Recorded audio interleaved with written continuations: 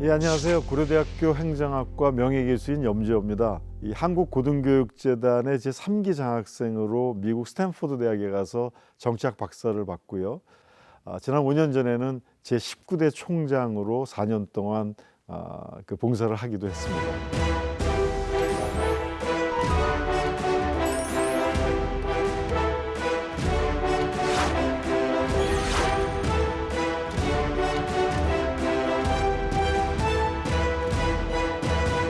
제 형제들 중에서 막내인데 저희 어머니가 그러니까 만으로 7살 때 이제 돌아가셨는데 초등학교 2학년 때 돌아가셨는데 할머니가 키워주셨죠. 할머니가 키워주셨는데 책을 하나 쓸까도 생각 중에 있어요. 할머니는 그 부모보다도 훨씬 사랑을 더 깊이 줄 수 있다. 지금 무슨 말이냐면은 부모는 아이들한테 대해서 언젠가 내가 받을 것도 생각을 하는데 할머니는 아예 받을 생각을 기대하기 굉장히 어려운 상태에서 사랑을 줘서 no return, 그러니까 그 대가를 바라서는 안 된다 이런 생각이 들었고요.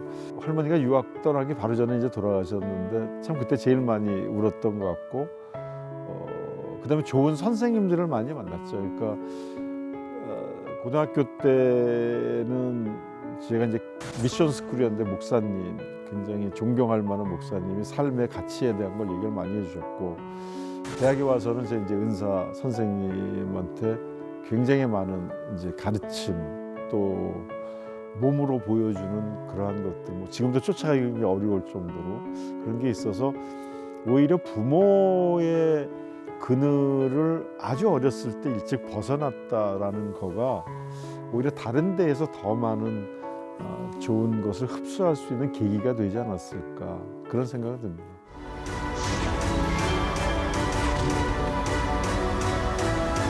제일 잘한 거는 용감하게 한국고등교육재단에 시험을 본 거가 제일 잘한 일이고 대학원 갈 때만 하더라도 뭐 집이 어려우니까 뭐 유학을 간다는 건 상상도 못 하고요. 사실은 저희 집에서는 제가 유일하게 대학을 간 사람인데 형제들 뭐 친척 중에서도 우연히 그때 대학원 사무실 앞에 포스터가 하나 붙었어요. 근데 그 포스터가 한국고등교육재단이었는데 외국 유학 가는데 전액 장학금을 준다는 거예요. 상상도 못하는 일이죠. 그래서 이런 게 있어? 근데 이제 도전 의식이 있어서 한번 해보자.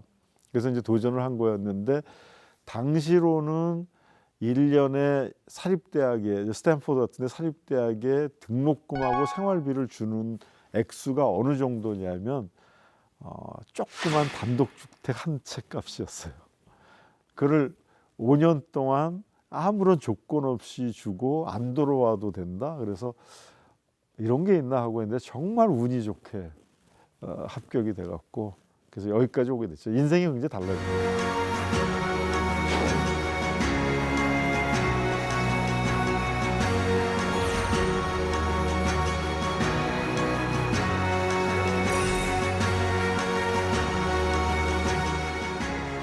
참 대단하신 분이셨어요. 그때는 우리가 아마 1000불이나 됐을까? 굉장히 못 사는 나라였는데 말씀하시기를 그때 선경이었는데 선경이 앞으로 세계에서 500대 안에 들어가는 기업이 될 거다.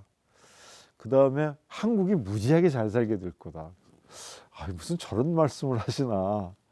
근데 잘 살게 되면 잘 살게 될수록 제일 중요한 게 부족한 게 뭐냐면 사회 문제가 복잡해지기 때문에 사회 문제를 풀어야 되는데 정부에서 국비 유학생들은 이공계 학생들을 보내주는데 사회과학 하는 애들이 너무 없다. 그래서 본인이 사비를 추전하셔갖고 재단을 만드신 건데 사회 문제를 어떻게 풀어야 되느냐 하는 것에 대한 고민. 우리나라가 굉장히 선진 국가로 나갈 텐데 선진 사회로 갈 때에 어떻게 이거를 잘 해결할 수 있는가. 결국 우리는 머리밖에 없으니까 머리를 갖고서 풀어야 된다는 생각을 가지고 있어서 철저하게 훈련시키고 훈련도 뭐 했냐면 우리는 1년 반을 이제 용돈도 주면서 유학 가기 전까지 훈련을 시켰는데 이거는 알아야 된다라고 하면서 그때 했던 거가 물리학도 배웠고요. 통계학도 배웠고 그다음에 동양 철학. 이게 왜 필요한가 했더니 그 기초를 알아야 된다라고 해갖고 회장님 많이 이걸 강조하셨던 것 같아요.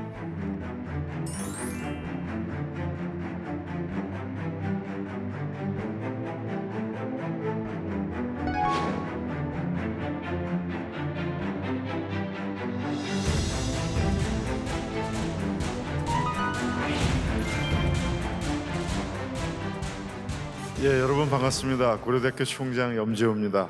앞으로 20년, 30년 뒤에 우리 졸업생들이 어떤 인재가 돼 있을까 하는 것을 생각해 보면서 우리나라뿐만 아니라 전 세계에서 뛰어난 인재가 되는 사람들을 키워내 보고 싶다라는 생각에서 총장을 하겠다 이런 얘기를 했습니다.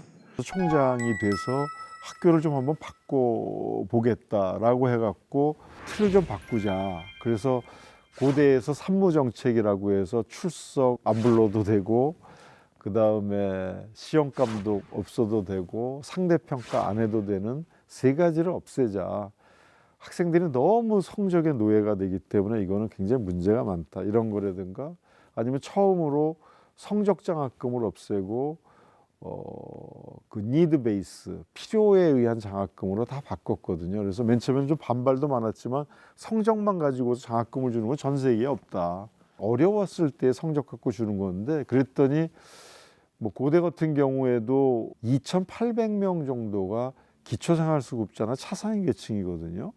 근데 그 친구들이 등록금은 해결이 돼도 생활비가 없으니까 편의점 가서 일하고 그래서 그런 거 다 없애고, 학교에서 일하면 최저임금제 세기 전에 10,000원씩 1시간에서 40시간 일하게 해주고, 그 학생들한테는 그러니까 필요에 의한 장학금으로 해서 한 달에 30만 원씩을 그냥 학교에서 주고, 그래서 한 70만 원 정도는 보장이 돼야지만 그러면은 편안하게 책도 사보고 할 수 있지 않냐, 그렇게 했더니 그 계층의 학생들이 성적이 굉장히 올라간 거예요. 그래서 공정한 경쟁은 좋은 거 아닌가? 뭐 그런 면에서는 그런 건 참 보람 있다고 생각합니다.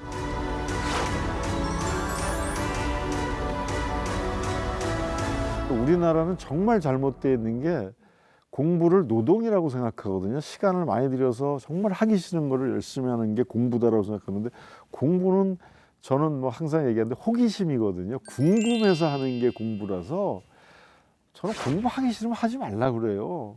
그런 애들은 아무리 끌고 가도 말을 강가로 끌고 갈 수 있지만은 먹이는 거는 어려운 문제다라고 하는데, 엄마들은 정형화된 그 틀만, 사회의 문제를 새로 풀려는 게 아니고 옛날 틀만 하니까 우리 애한테 돈을 들여서 유치원에도 영어 유치원 보내고 막 이래야 된다고 생각하고, 뭐 대치동에 가서 학원 보내야 된다는데 다 그 마술 피리에 속아 넘어가는 거거든요. 나중 가면 다 똑같아져요. 스카이 대학이나 스탠포드 대학이나 막 이런 데 나와도 나중 가면 회사원 되는 거예요. 똑같아요. 교회를 다니면서 중학교 학생들을 제 그 교수 연구실로 불러가지고 네 꿈이 뭐냐 한번 얘기해봐라. 그때 다 어떤 애는 나 의사입니다, 나 변호사입니다, 뭐 나는 뭐 판사가 될 거예요. 그래서 내가 그게 왜 꿈이니? 그건 직업이지. 왜 꿈이 없는 거예요, 꿈이? 나는 행복하게 살고 싶어요. 나는 뭐 나는 일 안 하고 놀면서 살고 싶어요. 평생을 남한테 속박 안 받고 살고 싶어요. 나는 1년에 6개월만 일하고 6개월은 세계 여행하고 싶어요. 뭐 그런 게 꿈이지. 의사 되는 게 무슨 꿈이냐, 그게. 그건 수단이지. 근데 너무나 사회가 20세기에서 우리가 너무 빨리 발전하고 기능주의적으로 가다 보니까 그러면 다 되는 걸로 생각해. 그러니까 되고 나서도 만족을 못하니까 우울증에 빠지고 자살도 하고 막 이러는 거죠. 자기 삶에 대해서는요, 내가 뭘 하든, 내가 라면만 먹어도 나는 내 원하는 거, 내가 하고 싶은 걸 하고 싶다. 아인슈타인 보면 다 공부 잘했다고 생각하는데 그렇지 않거든요. 아인슈타인이 무슨 말을 했냐면 Imagination is more important than knowledge. 그래서 상상력이 지식보다 훨씬 중요하다.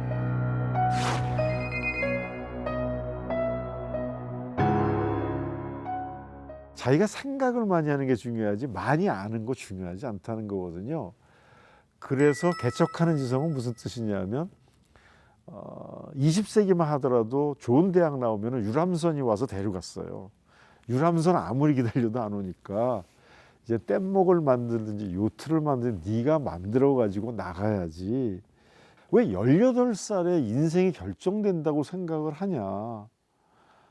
40, 50, 60 돼서도 도전을 할 수 있다. 새롭게.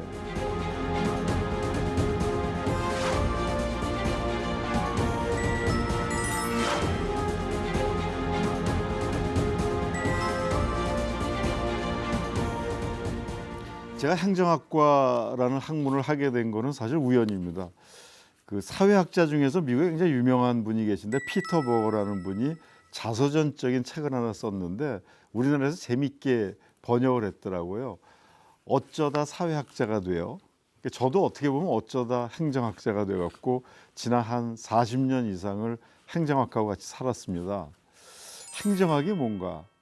뭐 많은 사람들이 생각할 때에는 행정고시 보고 공무원이 되고 또는 뭐 제일 가까운 데는 주민자치센터 같은 데서 일하는 사람 또는 법을 해석해서 집행하는 사람 이렇게 이제 생각하기 쉬운데 자세하게 들어가서 보면은 점점 재미있는 학문이라는 생각이 들거든요.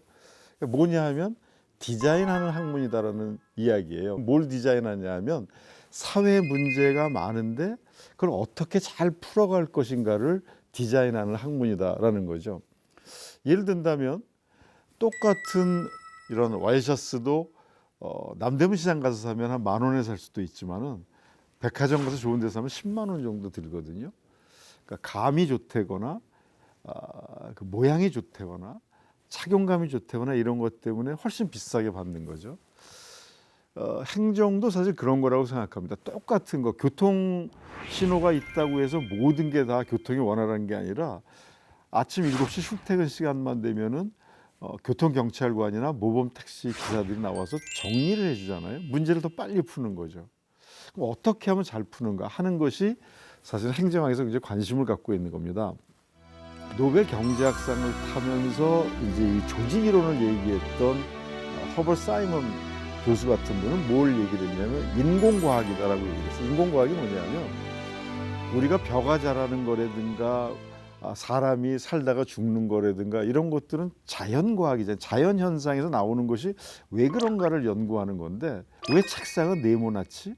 왜 책은 전부 다 여기 있는 책상 네모나게만 동그랗게는 안 만들고 네모나게 만들었을까? 집은 왜 2층 집을 지을 때 석가래를 놓고 왜 이런 식으로 짓지? 그러니까 인간이 생각해낸 거거든요. 왜 그랬을까? 거기에 무슨 과학적인 논리가 있을까를 하나하나 찾아가지고 밝혀내고 그것이 사실 요즘 이제 컴퓨터에서 AI를 하는데 제일 중요한 출발점이 된 거거든요. 데보라 스톤이라는 여자 교수님이 팔리시 패러독스라는 책을 썼어요. 거기서 이런 얘기를 해요. 재밌는 얘기가 이런 게 있어요. 아침에 이제 그 교수님이 그 클래스룸에 들어가서 케이크를 하나 들고 가셨어요. 오늘 이 케이크를 우리 같이 나눠 먹읍시다. 어떻게 나눠 먹으면 좋을까? 어떻게 나눠 먹으면 좋을 것 같아요. 어떤 여학생이 손을 들었어요. 공평하게 여자 반 남자 반 나눠서 먹읍시다. 여학생은 한 30%고 남학생 70%니까 남학생들이 부당합니다 이렇게 얘기를 하는 거예요. 어떤 학생이 또 손을 들더니 저는 굉장히 일찍 왔습니다. 일찍 오느라고 아침밥을 못 먹었어요. 아침밥을 못 먹은 사람을 더 많이 줘야 됩니다. 어떤 학생은 또 손을 들더니 이거 불공평합니다. 이 부잣집 애들은 케이크를 많이 먹어봤는데 나는 가난하기 때문에 많이 못 먹었기 때문에 나를 더 많이 줘야 됩니다. 어떤 학생은 시끄러우니까 그냥 n분의 1로 나눠서 주세요. 다양하게 주는 방법이 있다는 거죠. 뭘 선택해야 되느냐. 거기에는 두 가지가 있어요. 하나는 가치 기준이 뭐가 공정한 거냐를 따지는 것도 있고 또 하나는 각 사람들은 자기의 이해관계, 이익을 가지고서 계속 주장을 하는 거예요. 자, 그럼 사회 문제를 어떻게 풀 것인가? 그거를 잘 풀려고 하는 것이 사실은 행정학에서 고민하는 내용입니다.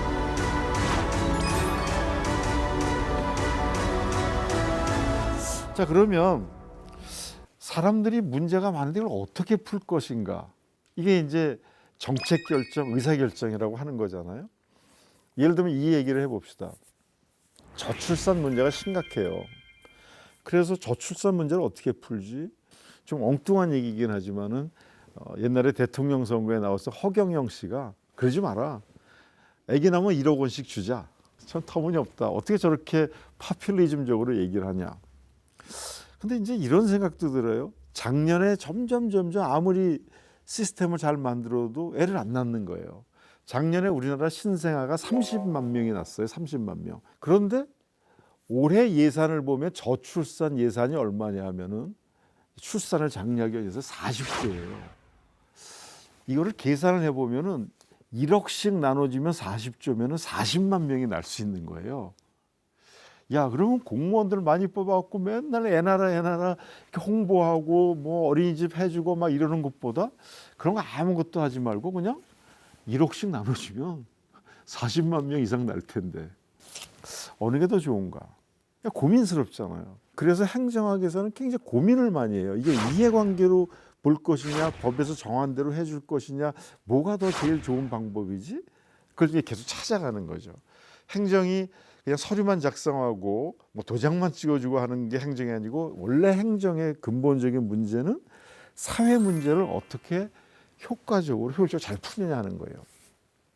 경제학에서는 이걸 어떻게 푸냐 하면요. 아주 쉬운 방법으로 풀어요. 모든 사람들은 다 자기 이익을 추구하고 가장 합리적인 대안으로 문제를 푼다라고 하는데 사이먼이나 아니면 최근에도 행동주의 경제학을 주창해서 상을 받은 카네만 같은 사람들, 조직론의 대가인 제임스 마취 교수 같은 사람들은 이렇게 얘기를 해요. 인간이 다 합리적으로 모든 걸 결정할 거라고 우리가 다 생각을 하지만 실제로는 그렇지 않다. 네 가지가 틀리다는 게 네 가지가. 그래서 저한테 이제 같이 배울 때 이런 얘기를 해줬어요. 우리가 인생에서 제일 중요한 결정이 뭐지? 아마 결혼할 때 배우자를 만나 고르는 거. 요즘 사람 아니라고 생각하지만 우리 때는 네 맞습니다 그랬어요. 그러면 배우자를 선택할 때 제일 합리적으로 선택을 할까? 아니라는 거예요. 못한다는 거예요. 왜 그러냐? 한 네 가지의 전제 조건이 맞질 않는다는 거죠. 첫 번째는 그렇게 하려고 하면 자기가 배우자에 대해서 상당히 많은 정보를 알고 있어야 돼요. 근데 우리만 하더라도 옛날에 뭐 미팅도 많이 하고 뭐 그랬다고 하지만은 100명도 못 만나보고 결혼하거든요. 제일 좋은 사람이 호주에 있을지 남아프리카 공화국에 있을지 캐나다에 있을지 뭐 부산에 있을지 누가 알아요. 제한된 범위 내에서만 대안을 갖다가 생각을 한다. 두 번째는 돈 많은 여자가 좋은 건지 아름다운 여자가 좋은 건지 지적인 여자가 좋은 건지 이걸 알아야 되는데 잘 모르겠다는 거예요. 그거가요. 어디가 더 좋은 거지? 내가 정말 좋아하는 게 뭐지? 세 번째는 자기가 선택을 해서 지금은 내가 똑똑한 여자가 좋아라고 선택을 했는데 나중에 가서 10년 뒤에도 그럴 건가? 인간은 그렇지 않다는 거거든요.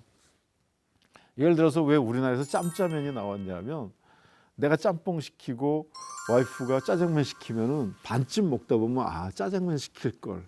결과에 대해서 이렇게 사람이 간사하게 바뀐다는 거예요.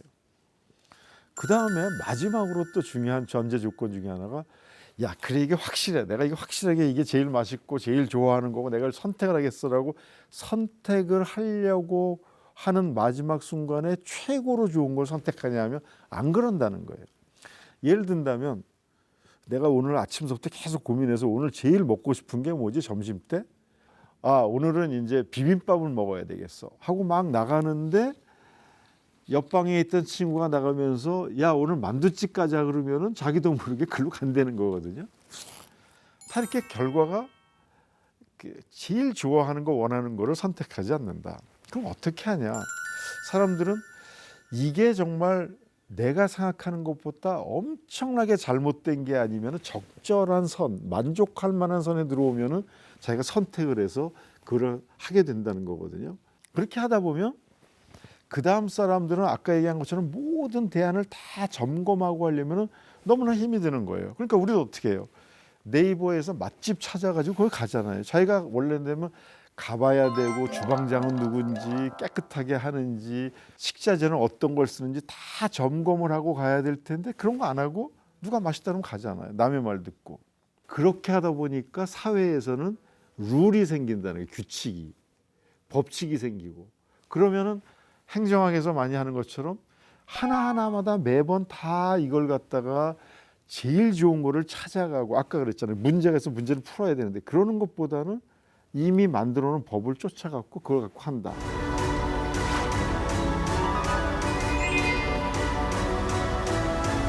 이제 앞으로 대학에서도 뭐가 필요하냐면 영어로 소셜 이노베이터, 사회 혁신가가 필요하다. 대학을 왜 다니냐? 시키는 일만 기업에 가서 일하는 그냥 직장인이 되기 위해서 다니는 게 아니라 끊임없이 사회 문제가 뭔지를 고민해 봐야 된다. 제가 최근에 그 서울시에서 하는 미래도시라는 그 포럼의 대표를 하고 있는데 거기서 우리 서울의 도시의 문제를 한번 생각해 봤어요. 서울이 갑자기 팽창하고 성장하다 보니까 사람들이 많이 몰려와서 살았잖아요. 그러니까 어떻게 했어요? 살 데가 없죠. 그래서 신도시라고 해서 U자 형태로 개발이 됐어요. 바깥으로 다 밀어냈어요. 그럼 어떤 문제가 생기죠? 교통 문제가 생기잖아요. 예를 든다면 뉴욕이 도시가 성장한 이유 중에 하나는 맨 처음에 의류, 직물 이런 게 막 성행했을 때에 고층 빌딩을 적었고 공장이 단추는 몇 층, 재봉틀은 몇 층, 재단은 몇 층에서 이 안에서 다 되니까 굉장히 효율적이었던 거거든요. 신도시 일산이나 뭐 과천이나 분당이나 또는 뭐 저쪽에 의정부나 이런 데서 보면은 보통 직장 오는데 40분, 50분 걸리잖아요. 지하철에서. 그러니까 대부분 젊은 사람들이 뭐 하냐면 휴대폰 보고서 게임 하던가 뭐 이렇게 하고 있거든요. 거기 시달리면서 굉장히 피곤하잖아요. 그러니까 저는 이런 생각을 했어요. 문제를 어떻게 풀 수 있나? 지하철이 8량으로 돼 있잖아요. 거기다 2량을 더 붙여가지고 커피숍을 한다든가 아니면 하나 더 가면은 토스트도 팔고 샌드위치도 팔고 이렇게 찾아봤더니 스위스에는 기차에 스타벅스 기차 칸이 이렇게 있더라고요. 이제 그런 것처럼 좀 생각을 좀 해보자. 그래서 요즘 이제 젊은 사람들이 뭐 부동산 문제 때문에 심각해지니까 강남에 30억짜리 못 한다. 그럼 이제 역발상을 해보자. 젊은 사람들한테는 앞으로 10년 내에 주 4일 근무나 또는 재택근무, 자율근무가 많이 생길 것 같으니까 1가구 2주택을 권장하자. 지금 1가구 2주택이면 큰일 나는 줄 아는데 일주일에 서너 번만 나오고 거기서 살고 여기는 아주 작은 아파트, 임대 아파트를 아주 고급화해갖고 한 층에는 24시간 어린이집, 아무 때나 애 맡길 수 있는 집. 한 층에는 스마트 워크스테이션에서 자기 아파트에서도 직장 안 가고도 일할 수 있는 다양한 부스들. 또 한 층에는 24시간 치과, 소아과, 내과 다 24시간 움직이는데 또 한 층은 뭐 젊은 사람들이 그 임대 부업 같은 거에서 친구들 불러갖고 해 먹고 놀 수 있는데 스카이 라운지는 아주 멋있는 바, 도서관, 음악 감상실 그리고 내려가면 지하철 이런 거를 용산 철도 위에다가 한 50층, 70층짜리를 짓자. 그거 만약 모자란다 그러면 서울역에서부터 철도 위에만 다 지어도 요즘 H빔 때문에 짓기가 그렇게 어렵지 않고 미리 다 재단해갖고 조립해갖고 와서 그 교통에 방해되지 않게 금방 질 수 있거든요, 밤에. 그러면 10만 가구까지도 질 수 있다는 거예요. 이런 문제를 풀자. 또 다른 문제는 쿠팡에서 배달하는 분들이 과로사하고 막 이러잖아요. 제가 서울시한테 제안하는 게 이런 거예요. 예를 든다면 압구정동 현대아파트를 거기는 지하 주차장이 없으니까 재개발을 하면 100층 정도를 줘라. 그 지하를 7, 8층을 파갖고 이 지하 1, 2층은 주차장을 하지만은 나머지는 전부 다 물류센터 같은 걸 만들어서 그 병원에 가보면은 부서별로 이동시키기 위해서 진공으로 된 이런 캡슐로 해서 다 모든 서류나 뭐 이런 걸 보내거든요. 여기도 1m짜리 통로를 뚫은 다음에 다 보내고 단지별로는 락카가 있어서 물건을 찾아갈 수 있게 다 하게 되면 쿠팡에서 그렇게까지 고생을 하지 않아도 될 텐데 옛날에 도시가 집중화되면서 지하철이 만들어서 사람을 움직였던 것처럼 이제는 인터넷 쇼핑이나 유통이 굉장히 중요하게 되니까 서울 같은 데서는 지하에다가 유통망을 만들어주면은 훨씬 좋지 않을까? 이제 그런 생각들을 끊임없이 생각해내고 그러면 도시도 발전하고 변화가 되는 거죠. 지금 행정에서 굉장히 큰 뭐 정치권에서도 문제가 되는 게 뭐냐면 행정부가 세종에 있는데 너무 떨어져 있어서 이게 문제가 많다. 그러니까 국회의사당을 저쪽에 세종시에다 지어야 된다. 저는 좀 약간 반대. 그거는 20세기식 방식이다. 무슨 말이냐면 부지 마련하고 설계해야 되고 돈은 몇 천억을 들여서 또 어마어마한 건물을 짓고 여기도 있고 거기도 있고 이렇게 되는데 왜 그렇게 하냐.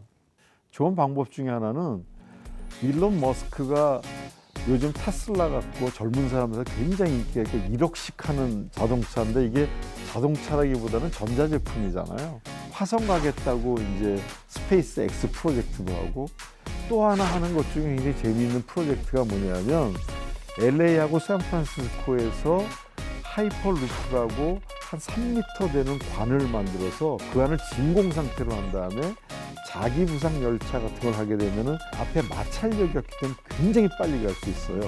그래서 비행기가 시속 800km로 가는데 이거는 1200km를 가거든요.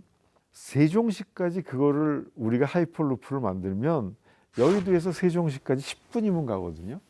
이미 우리나라 철도연구원에서도 하이퍼루프를 계속 개발하고 있거든요. 그거를 한번 테스트로 만들어 놓고 나면 그 다음에는 우리나라 전역이 1시간으로 다 갈 수 있게 되고 10년 뒤, 20년 뒤가 되면 훨씬 더 좋은 세상이 올 거다. 예를 들면은 학원 같은 것도 사교육비에 지금 너무나 돈이 많이 들어가고 애들을 못 낳겠다라고 하는데 미국에서는 칸 아카데미라고 해서 수포자들을 위해서 수학을 잘게 쪼개가지고 아주 재미있게 문제풀이도 틀리면 다 해주는 거를 공짜로 모든 수학을 해주고 있거든요. 한국말로도 다 번역이 돼서 들어왔어요. 이게 성공을 하니까 경제학, 예술 이런 것까지도 칸 아카데미 다 해서 지식은 리눅스 하는 것처럼 공짜다. 이거는 공짜로 나눠줘야 된다는 생각을 가지고 있고 그럼 대학은 망하느냐?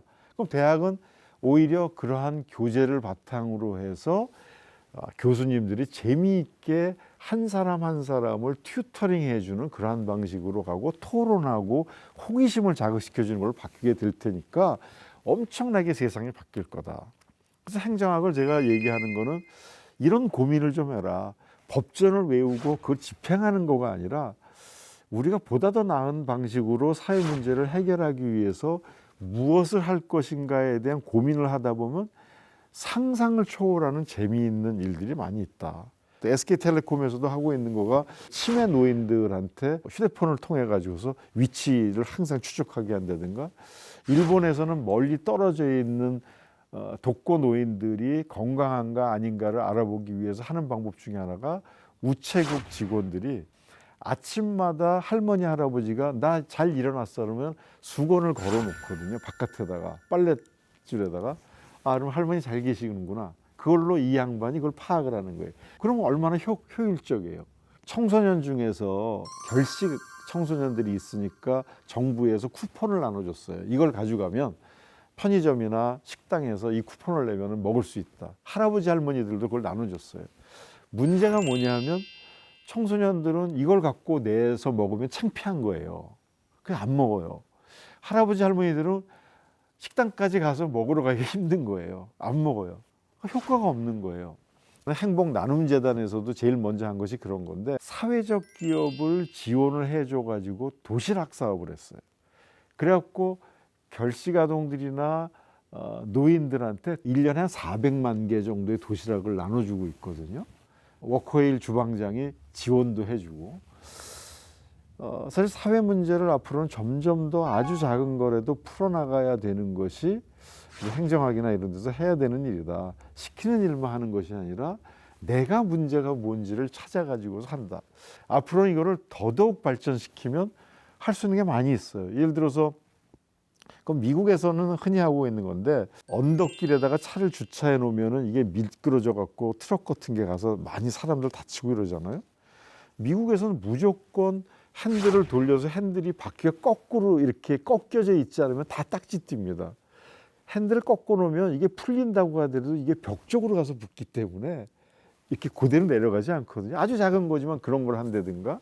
왜 신호등은 앞에만 있냐. 가지 못하게 빨간 거가 LED가 켜졌다가 신호등이 바뀔 땐 초록색으로 바뀌게 한다든가. 뭐 여러 가지 좋은 아이디어들을 무궁무진하게 만들어낼 수 있는데 그게 다 이제 행정에서 할 수 있는 거죠. 그래서 불필요하고 낭비적인 것은 줄이고 그다음에 보다 더 나은 것은 이제 새로운 아이디어로 만들고 또 쓸데없이 비용이 많이 드는 것은 과감하게 줄여가지고서 정말 이렇게 행복하고 좋은 사회를 만들기 위한 디자인을 하는 거다.